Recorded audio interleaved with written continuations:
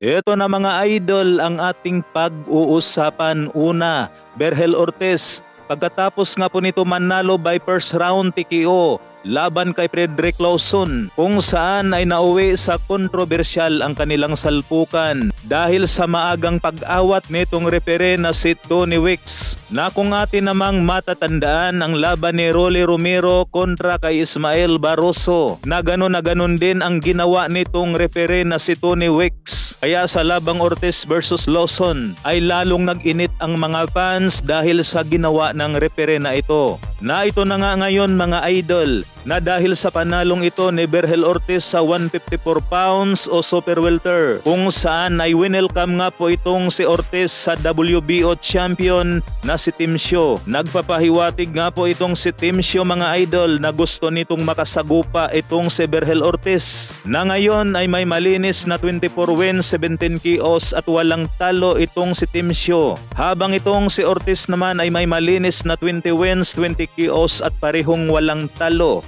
Na kung maglalaban itong dalawa mga idol, sino kaya ang mananalo? Sa ibang balita naman, at ito mga idol para lang sa hindi pa po nakakaalam, na bago magsalpukan si Tapales at Naoya Inoue, na ayon nga po rito sa nakasulat, kampo nga raw ni Tapales ay nakahandang magbigay ng rematch para kay Naoya Inoue. Kaso itong si Lolo Bob Arum nga raw ang ayaw ng rematch. Kaya sinasabi nga po ng iba na napahiya nga raw itong si Sean Gibbons. Marami rin ang mga hindi sang-ayon kung mag-rematch itong si Tapales at Naoya Inoue. Sa ibang balita naman, may napapanood nga tayong kumakalat na video na ito nga raw ang sparring ni Tapales at Casimero. Sinasabi pa nga po ng iba mga idol na na-outbox nga raw itong si Casimero ni Tapales at nabugbog. Na kung atin namang pagmamasdang maigi, itong ka-sparring ni Cuadro Alas Casimero ay hindi nga po ito si Tapales mga idol,